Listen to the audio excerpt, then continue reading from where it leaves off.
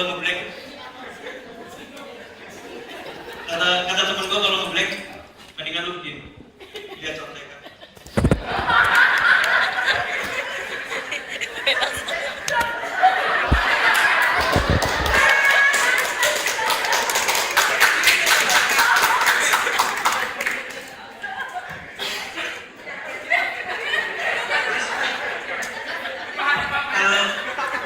Tadi lagu dangdutnya ada, kalau dilihat dari lagu dangdut lagi, lu pasti cuma ketemu spesies binatang aneh, dan itu cuma ada di Indonesia gue ya.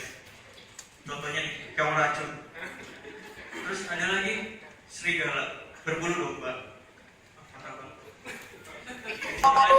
Yang paling aneh, kucing. Ada kucing ini lucu ya, imut gitu, diunyuk. Ini kucing garong. Kan aneh, ini istilah gue tentang apa gitu? Kucingnya jadi garong, apa garongnya jadi kucing? Apa garong lagi kucing-kucingan? Tapi karena gue sadar diri gitu ya, gak mampu jadi penyanyi suara kayak gini, muka ya kayak Afgan. Juga pas-pasan, pas jadi Afgan bisa. Ya gue akhirnya jadi PNS aja lah. Padahal kata orang ya, PNS itu gajinya kecil. Terus bisa nyicil rumahnya kecil. Terus sampai itunya juga kecil. Kulkasnya mungkin kan kulkas gede masuk rumah kecil. Tapi kan kayak yang kita rasain sekarang beda. Sekarang gaji gede, tunjangan juga gede. Tapi sampai karena gaji gede itunya juga gede. Potongannya, gue yakin tanggal 1 lu semua dapat gaji amplop gaji kosong semua, nggak ada isinya. Orang gaji masuk rekening, giliran mau ngambil di rekening, kan tinggal dikit. Orang dipotong koperasi, giliran untuk koperasi pinjam duit, yang kemarin belum bayar. Pengalaman gue.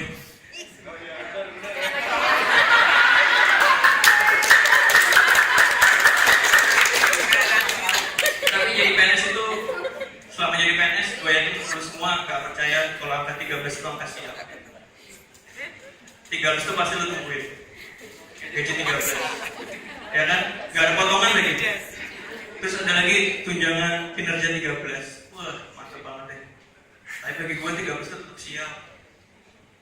Kenapa cuma sampai 13? Coba 14, 24, terus 69. Wah, ibu-ibu pasti senang deh 69. Iya, gajinya 69, bukan yang lain.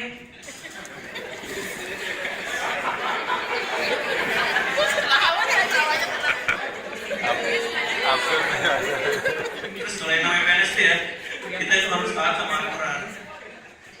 Lagi aturan-aturan sekarang tuh, ya gimana ya, main HP kita tuh agak terlalu kreatif gitu ya. Kita tuh contohnya nih, gak boleh rapat ke hotel. Terus suruh makan kalau rapat singkong. Ada lagi yang terakhir, mau nikah aja diatur, undangannya cuma 400 orang. Kebayang kan? Coba kalau untungnya Gibran itu bukan orang PNS. Gibran Rakabumi. Kebayang kalau Gibran Rakabumi PNS. Kalau BMKG mungkin gak guna ke Solo sama Jokowi. Nah, gue tuh di BMKG sudah lama ya. Akhirnya gue masuk BMKG. Terus dari sebenarnya nyokap tuh gak setuju kalau gue di BMKG. Pas ada pendaftaran gue bilang, halo Umi, ya ada apa? Saya mau izin daftar di BMKG di BMG dulu. BMG apa itu nak? Itu nih yang sekali di berita tentang ramal-ramalan gitu. Hah? Innalillah. Kenapa nih ada yang meninggal? Bukan, ramalan kan musyrik. Ya, gue disampaikan namanya pintar.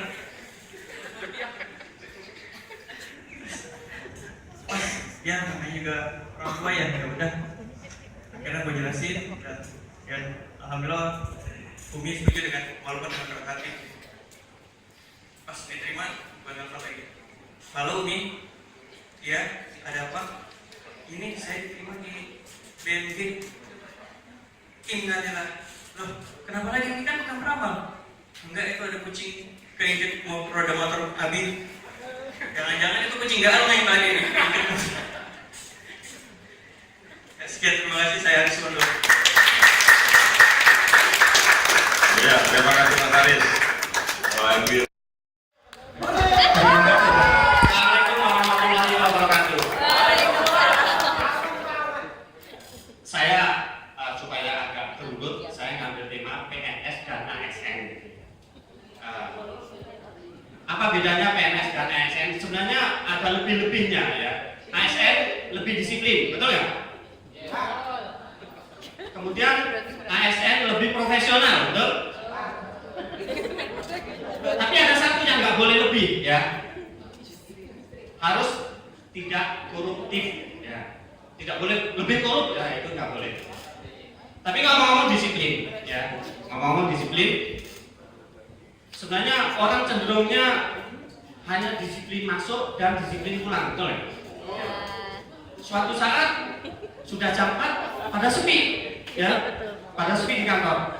Nah, kemudian ada di bos datang. Pada kemana aja semua ini? Kok nggak kelihatan batang hidungnya? Ya, nggak kelihatan batang hidungnya. Ya, Pak, sekarang sudah jam 4 Pak, sudah waktunya pulang. Kemudian jaketnya sih ada Pak, jaket seperti saya kan biasa ya, ada di kursi-kursi semuanya. Kalau jaketnya ada Pak, saya nggak butuh jaket, saya butuh batang hidungnya kayak gitu. Akhirnya apa? Jadi harus ada beda antara PNS dengan ASN. Kalau PNS dulu ninggalin jaket di kursi supaya kelihatan masuk gitu ya. Tapi kalau ASN harus meninggalkan batang hidungnya gitu. Kok nggak ketawa sih? Ya. Kemudian dampaknya ada di rumah ya. Di rumah juga punya dampak nih, dampak disiplin. Ya. Biasanya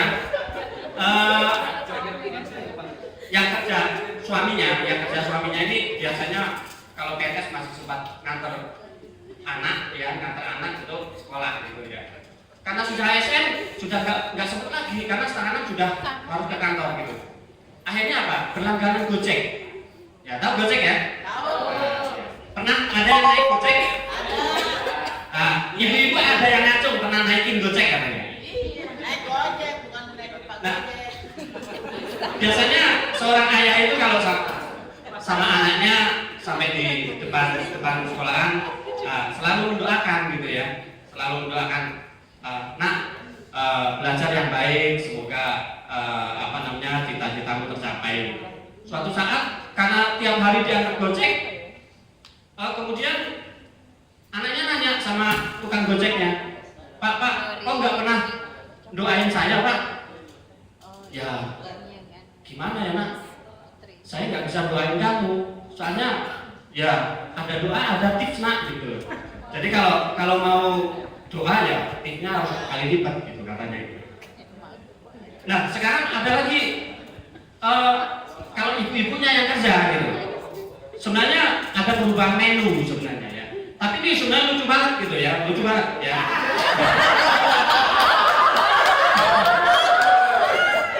Tapi ini lucunya lebih kayak di stand up komedi Kompas TV gitu ya.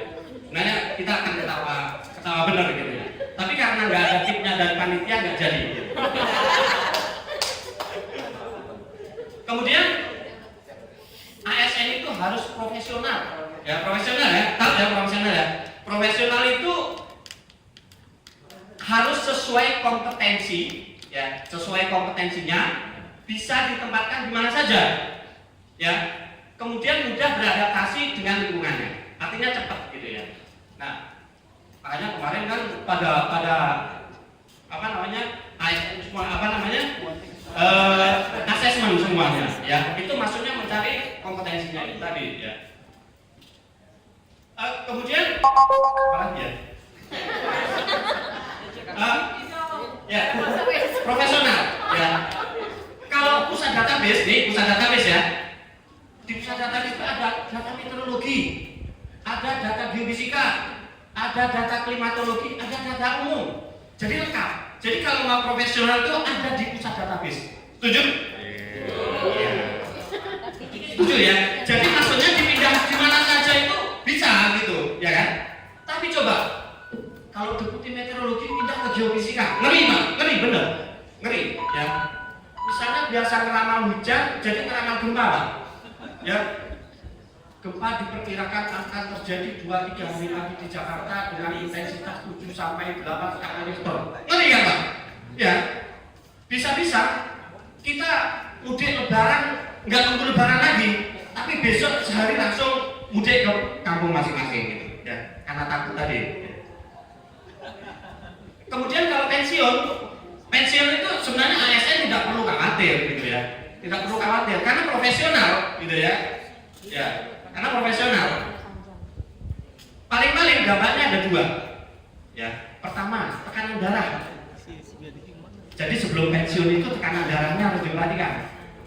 Yang tadinya tekanan darah rendah jadi normal kalau pensiun, ya. Yang tadinya normal jadi tinggi. Yang tadinya tinggi turun 0, benar, ya, 0. Yang kedua, orang pensiun ASN, ya, orang pensiun ASN itu sebenarnya tidak terima remote, jangan khawatir, ya. Karena ada profesi lagi sebenarnya, ya. Profesinya apa? Kalau dukun gitu kan nggak enak ya, ngeramal dukun gitu nggak enak. Saya kasih nama penerawang alam. Penerawang alam. Tapi harus ada titiknya, penerawang alam titik atau tanda seru kalau bisa. Soalnya biasanya orang nonton stand up komedi itu kan ditambah-tambahin gitu kan. Kalau ditambahin penerawang alam kubur kan kali gitu, ya. Atau penerawang alam akhirat, wah keren juga gitu, ya. Sekarang ini kan eranya era medsos gitu ya, media sosial, ya kan. Ya istilahnya apa namanya ya? Ketren-ketrennya gitu ya, ketren-ketrennya media sosial, ya. Demam ya. Demam media sosial, ya. Demam online, demam Android gitu ya. Ya terus terang dari tadi saya demam panggung, makanya tilalannya lupa bawa paracetamol. Ya. Pak boleh tanya Pak? Ya. Boleh tanya Pak? Boleh. Waktunya habis Pak. Baik. Oke, terima kasih. Mohon maaf. Kita beri tepuk tangan Bapak Anda. Oke, terima kasih. Ini tadi waktunya lebih banyak. Cuma saya nggak boleh menyetop. Pas mutasi Pak dari ketua, mungkin Pak Bambang sudah pernah ketua gitu. Wah, tinggal di Maluku itu keras Pak, bener. Serba keras di sana. Apapun yang lembek jadi keras di sana Pak. Nah, kalau misalkan kalau ketua itu kan naik pesawat 2 kali dari Ambon, dari Jakarta ke Ambon ke Tua. Nah, kita naik pesawat tadi Pak, Tua di jalan Pak. Jakarta Ambon 3,5 jam. Ambon Tua 2,5 jam. Apalagi naik yang balik-balik gitu Pak. Aduh, itu Pak pesawat kalau naik balik-balik itu kalau udah masuk bandar jadi tempat ibadah Pak. Berdoa semua Pak. Waduh, ini gimana ini kalau ini sampai. Nah, kebetulan waktu habis diklat saya naik pesawat dari Ambon menuju Tua, naik ATR Pak. 3 orang menjejer, ibu-ibu, 1 dari Jawa, 1 Manado, 1 Papua. Pas sampai Ambon, pas sampai bandar, pesawat oleng. Wah, yang ibu-ibu dari Jawa make up dia Pak. Wah, Bu kenapa Bu? Nanti kalau pesawat kecelakaan yang ditolong yang paling cantik. Terus yang Manado, wah potong celana Pak sampai pendek. Bu kenapa Bu potong lagi Bu? Kau tahu Mas ini kalau nanti pesawat kecelakaan itu ditolong yang paling seksi. Nah, yang macet Papua Pak, bukil. Macet, kok bikin apa bukil ini? Kau tahu Mas ini kalau pesawat kecelakaan yang pertama dicari kotak hitam gitu.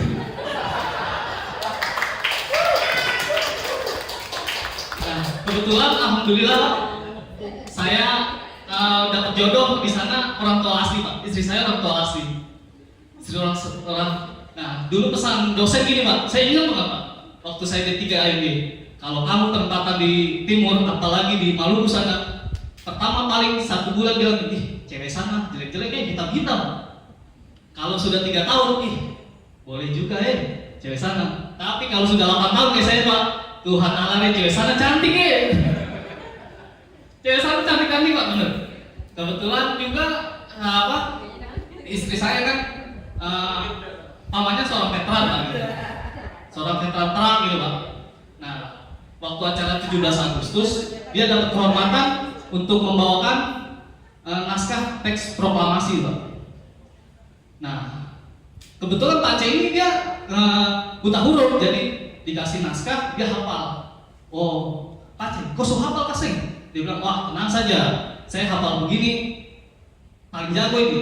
Kebetulan pas hari hanya dia baca, karena hafalan dia maju membaca teks proklamasi. Dia baca begini, agak Pak, dia pakai jas gitu. Langsung dia bilang, proklamasi kami bangsa Indonesia, bla bla bla bla.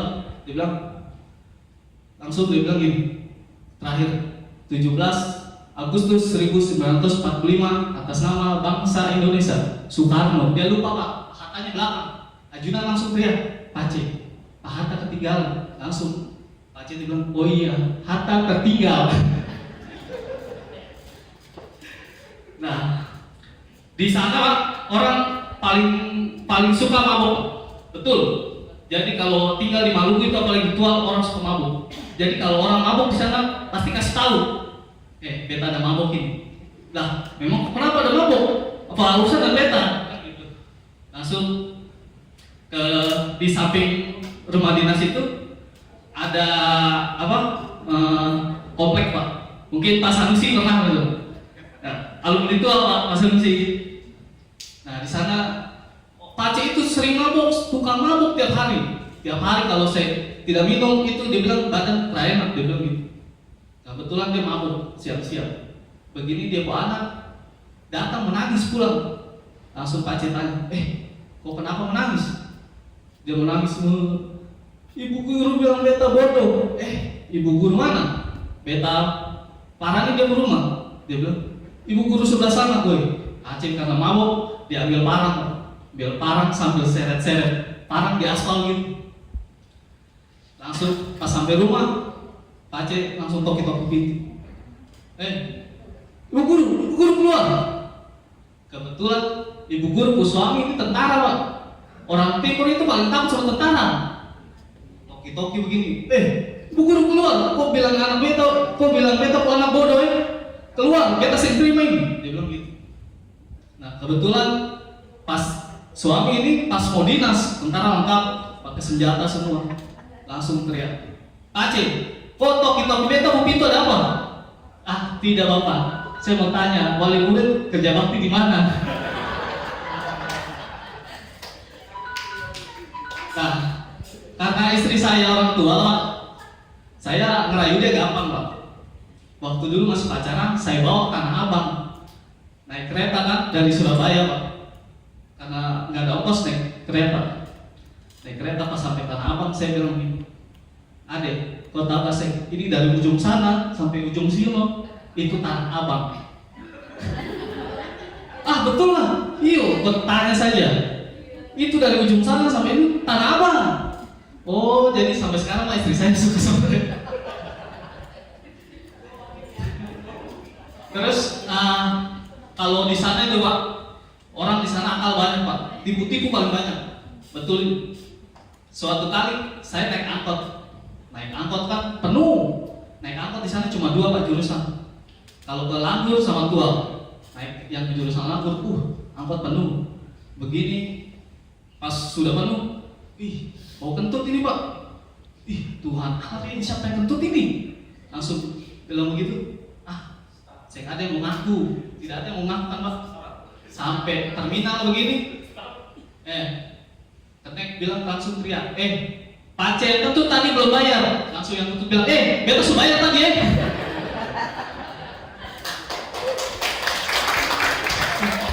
Ya mungkin ini, terima kasih lah dari saya. Wassalamualaikum warahmatullahi wabarakatuh.